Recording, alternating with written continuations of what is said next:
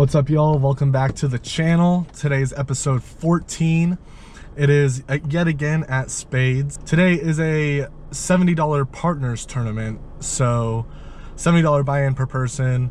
And my partner I'm playing with, he's a buddy of mine. His name is Rick. Hopefully y'all get to meet him later in the video. But the way it's set up is that we both have our own chip stacks leading up until registration closes, and then when it closes, then we combine our chip stacks and we switch off every level playing. So really excited for it. This is definitely the first time I've played this type of tournament, so I'm really excited. Let's see what happens, and let's get straight to the video. The first hand we're looking at, we'll look at ace-8 offsuit in the middle position, and when it limps over to me, I decide to go for a limp as well. I could definitely see a fold here, but also it's early on in the tournament, so I'm not too worried. So when I decide to limp in as well, the hijack actually bumps up to 700. Once it folds over to the low jack, he decides to call, and I call as well. So now we're heading 3 ways to the flop. The flop comes out jack 8-10 with 2 diamonds. So I flop bottom pair, and when it checks to me, I check as well. And then the hijack player ends up leading out again for 1600. And the low jack ends up deciding to fold, and I elect on calling now. I just want to see what future streets have to bring. So I call, and now we're heading heads up out of position to the turn, which is the 10 of hearts. So it brings a board pair. It's definitely a good card, and it goes check, check, and river brings a king of hearts. So a lot gets there. I decided to lead out for 2000. Probably could have gone for more, but after a little bit of thinking about it, the hijack ends up deciding to fold. This next hand, we look down at queen 10 offsuit in the big blind, and when the under the gun raises to 600 and then the under the gun 1 decides to call, this is looking like some serious strength. Queen 10 definitely could be a fold here, but there aren't many callers after them. So when it folds to me, I decide to just go for the call. The flop is an interesting one. It is king 9-4 rainbow. So I don't really connect with this, so I decide to check, and it actually checks through pretty quick. The turn ends up bringing the 9 of spades, so there is the board pair, and after thinking about it a little bit, I do end up deciding to bet just to try and see where the other players are at. After a little bit of thinking about it, the under the gun player ends up deciding to call, and the other guy folds. So now our heads up out of position to the river. The river ends up bringing another board pair. It's the 4 of hearts. I should fire through here, but I end up deciding to check, and he ends up just flipping his cards over, and he ends up having a lower pair as well, so he ends up taking the pot. The next hand in the small blind, we look down at pocket 7s, so definitely a good one. The under the gun decides to call. It ends up folding around to the button who decides to call, and I decide to bump it up to 1200. I think this is a good size raise here. After some thinking, the big blind decides to call, and everybody else decides to follow suit. So now we are heading 4 ways to the flop. When the flop comes out queen 10-6 rainbow, I don't exactly hit this board, but it favors my range better than anybody else. So I decide to c-bet for 2000. After a good 20 seconds of thinking about it, the big blind actually raises up to 5,000. And when the other 2 fold, it makes me feel more comfortable in calling here, especially since they folded so quick. Obviously they missed this. So I decide to just go for the call. And this guy must have something against me. I don't know. The turn ends up bringing the 4 of spades, and I don't really see merit in betting here, so it goes check, check, and then the river ends up bringing the ace of diamonds. So kind of a scare card here for me, but I'm not really too worried about it. I think if he had any kind of strong queen here, he definitely would have bet on the turn. So I decide to bet big. I end up going for 6,500. He ends up thinking about it for a little bit, which is a good sign, and I'm feeling more confident in this bet size. In the end, he does end up deciding to fold. In the next hand, we look down at Queen 8 of diamonds in the middle position, and I decide just to call. If you've been watching this channel, you know that any kind of Queen 8, Queen 9, I can't really get away from it, so I decide to call. We get a couple of callers behind, and the big blind decides to check, so we end up going multi-way to the flop.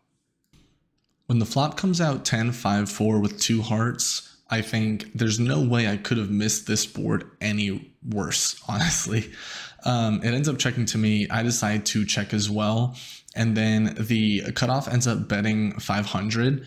And at this point, I'm thinking about doing a call, and looking back on it, I shouldn't have. But there's a lot of straight draws, backdoor flush draws, all that kind of stuff. So I might as well try and stick around, see if I get lucky.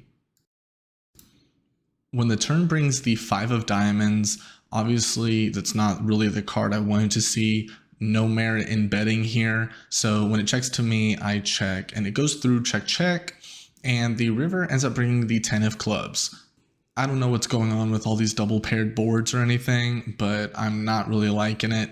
And we end up going check, check, but then the cutoff ends up betting for 1500. And after a little bit of thinking about it, we both end up deciding to fold. On to the next one, we look down at Ace 8 of clubs in the middle position. And after it ends up folding to me, I decide to bump it up to 1800. Although it is an 8, it does seem a little lower than usual. However, since it did fold to me, it made me feel more comfortable in betting this size. I ended up only getting the hijack and the small blind to call, so now we are going 3 ways to the flop. When the flop comes out Queen Jack for rainbow and it checks to me, I end up deciding to check, which is a stupid decision, but I probably could have c-bet and gotten at least one of them out. It ends up checking through, and then the 5 of spades ends up coming on the turn. So it checks over to me again, and I'm not going to make the same mistake twice. I decide to lead out for 2500. And the guy next to me really likes taking his time thinking about every decision. I don't know why, but he does end up deciding to call, and we end up getting the small blind to call as well. That's okay though, because once they call, I've kind of turned myself into check fold mode on the river. Now that nothing has changed, the river ends up bringing the 4 of hearts, and when it checks to me again, I decide to check, and then the hijack ends up going for a massive bet, ends up being 12,000. After a little bit of thinking, the small blind decides to call, and I make the easiest fold of my life. On to the next one, we look down at Jack 7 suited in the big blind. Definitely a premium hand, I have to go all in here. Obviously, I'm kidding. You should be going all in with Jack 8 suited. So because I don't have Jack 8, we get the hijack to call, and he limps over to me, so I decided to go for a check. The flop graces us with a pair with King Jack for offsuit. And when it checks to me, I lead out for 1,000, and when the hijack ends up folding, the small blind takes a look at his cards and ends up deciding on a call. The turn ends up bringing the 6 of hearts, and when he checks, I bet big for 2,500, and he folds pretty quick. Onto a familiar hand, we look down at Ace 9 of clubs under the gun. I decide to call, and everyone except for the hijack and the button decide to call. So now we're going 7 ways to the flop. The flop brings us top pair with a semi-decent kicker.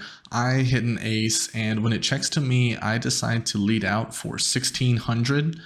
And at this point, I only get the middle position and the cutoff player to call. The turn ends up bringing the 7 of clubs, and this is great for me. I decide to lead out, but I think I jumped at my chips too quick, and I bet way too much. I ended up betting 3,500, and they both fold. In this next hand, we look down at pocket 8s on the button, and when the under the gun, middle position, and cutoff all decide to call, I decide to bump it up to 2,500, and we end up only getting these small and big blinds to fold. So now we're heading 4 ways to the flop, which comes out 6-4 deuce with 2 spades. So after either a long tank or he just forgot his position, the under the gun player ends up deciding to check, and then the middle position player actually decides to go all in. This particular player, I've played with her a lot at spades, and she's a very solid player, so I'm put in kind of a weird spot because my history with her is she leads out either when she has the stone cold nuts or she's on some type of draw that she's just hoping to scare everybody out of it. And since her all in is only for about 5,000, I'm getting really good pot odds and there's no real reason for me to fold. Granted, there's a lot of things that could beat me here, but at the end of the day, if she only had about 5,000 behind and waited to go all in, then surely she can't be that strong to where I'm behind.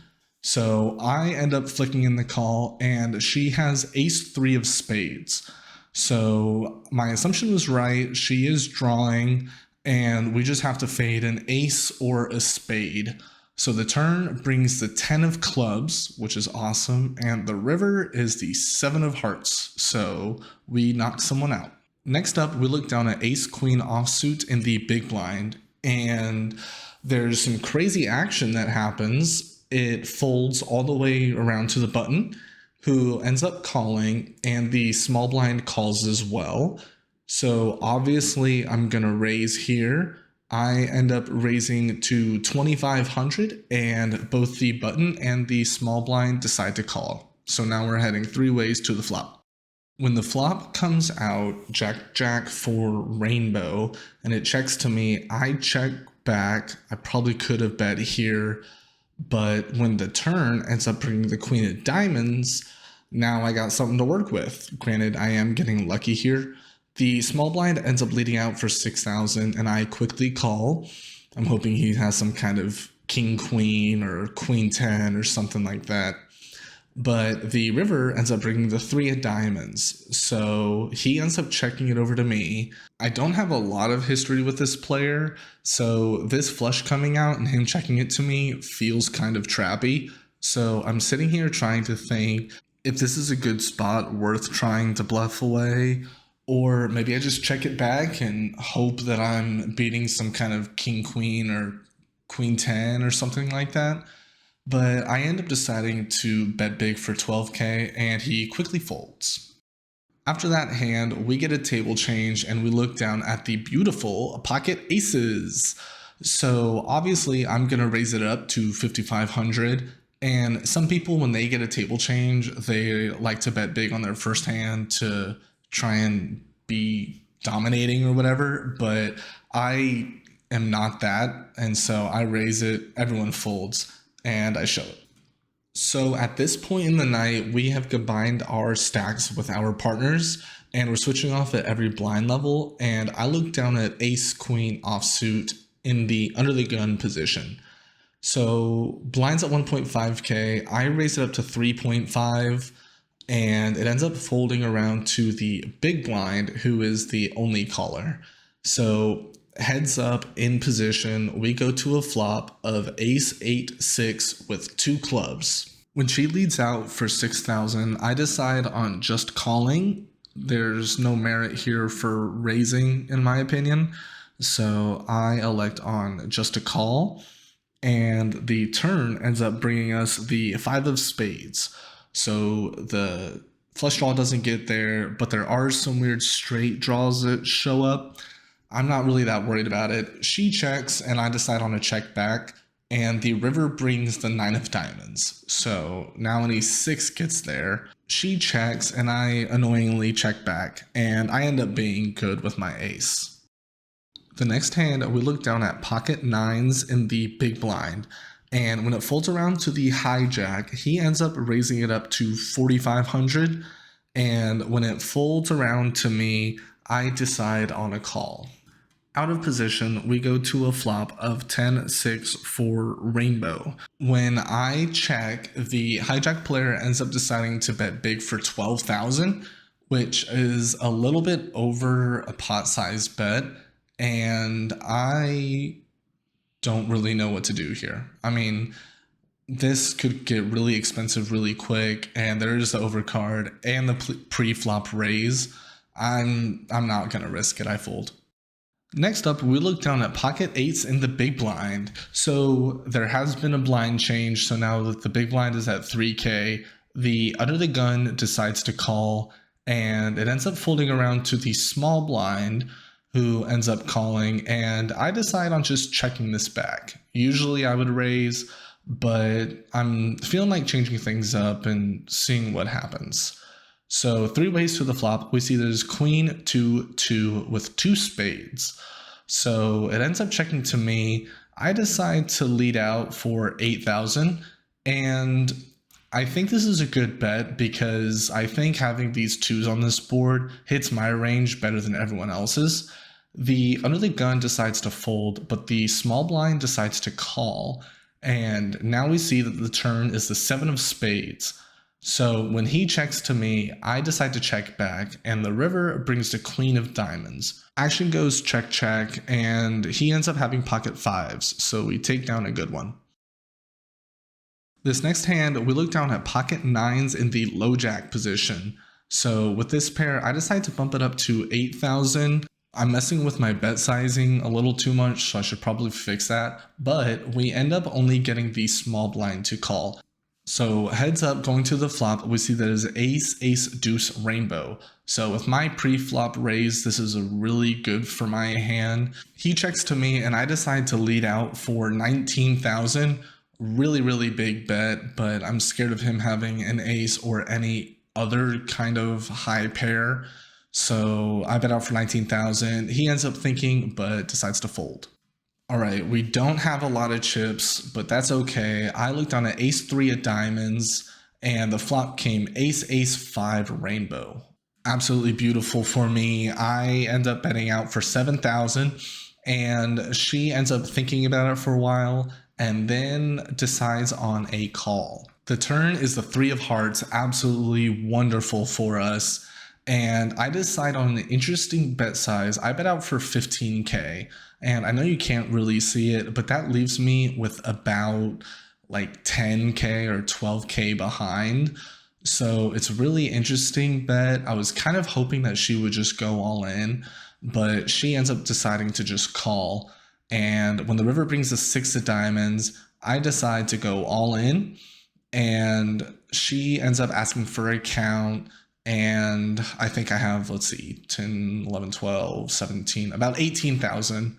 So obviously I'm sitting wonderful. The only thing that she could have to beat me is ace 6, ace 5, but she ends up calling, and I get a much needed double up. This next hand is an absolute doozy, but I looked on at pocket kings in the cutoff. So wonderful hand here. The middle position and hijack decide to call, and I decide to bump it up to 20,000. And when this happens, we end up only getting the under the gun player to call.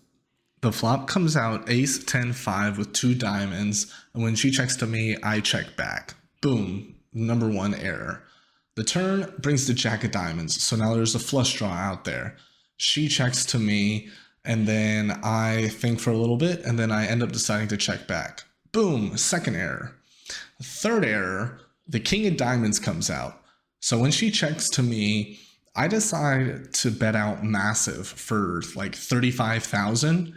And when I did this, she ended up calling for a consult. So I'm not sure if I mentioned this in the video earlier, but each team is allowed 3 consults with their partner, which is basically you can call your partner over and explain the hand, the situation, where you're at, and you can get their insight and you can get their help, and where they can say, oh, you should fold or you should go all in here, all that kind of stuff. but she ends up calling for a consult and it takes up a lot of time, but she ends up calling and we see the bad news that she ended up hitting it straight with pocket queens.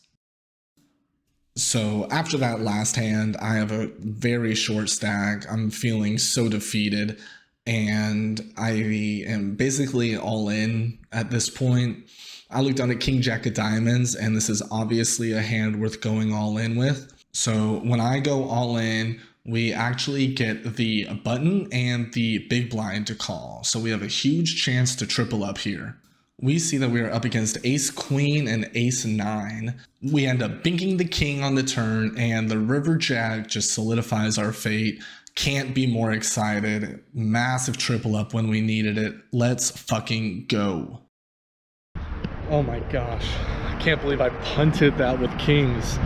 I didn't know if she was like trying to trap or if she put me on some kind of diamond or something. I mean, 35k into that much big of a pot, you know, yeah, it's a tough decision and everything, but I mean, there's so much that got there, and I feel like if I would have jammed, it still probably wouldn't have gotten her off of it. So that was such a tough spot. Thankfully I got that triple up at the end, so really happy about that. And that was my last level before the next break, so now I get time to cool off, collect myself, and make sure I'm ready to go before we get back from the break. So let's keep it going.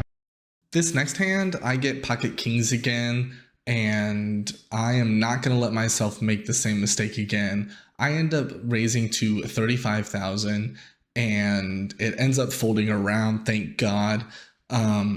I just needed to remind myself that it is possible for me to win with kings tonight. So not a big pot, but at least I won with kings. Next up, we look down at pocket nines in the small blind. So we're currently 5-handed, and when the under the gun decides to call, it folds around to me and I decide to bump it up to 20,000. My mindset here is any pair being 5-handed is a lot stronger than if you had a full table of 9 players. So I raise and the big blind decides to fold and the under the gun player decides to call.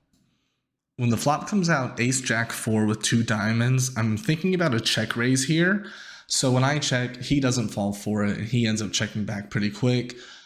Oh well, not the biggest loss in the world, but we'll get it back. The turn brings the 2 of spades, and here I decided to bet big for 17,000, and it doesn't take that long for him to decide to fold. So we take down a nice pot. Alrighty, what a series of events. So thinking back when we were down to like 7 big blinds, 8 big blinds, and we've worked up to this mountain of chips. I had 2 really big hands that I wasn't able to get on video, one of which I had 10-9 of diamonds, and low jack ended up raising to 31. Blinds are, we're 4K, 8K, 8K. No, we're 6K, 12K, 12K. I am the only caller, and the flop comes 10 of spades, 9 of spades, 4 of clubs. So top 2 pair, action goes check, check.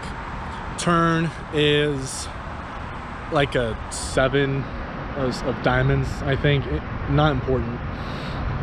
And I bet 25,000 and he ends up calling.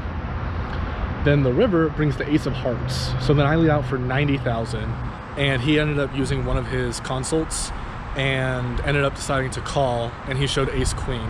That was the first one. The second one I had king of diamonds, queen of clubs, and I went to 36,000 with blinds at 6K, 12K. And the guy I had beaten, the one I just explained, he goes all in for a little bit more, so I call, and he has king 10, and we hold. So we're now 7-handed, and I can't wait to see where we go. Alrighty, so now that we are done with the tournament, we did a 5-way ICM chop, and we ended up, I want to say, 4th in payout. So. Yeah, so I was in for 80, you were in for... I was in for 160. 160, so yeah, 240, and we ended up cashing out for 550. So as a team, we were up whatever that amount is. I'm tired. So Making money. yep, thanks for watching and catch us on the next one.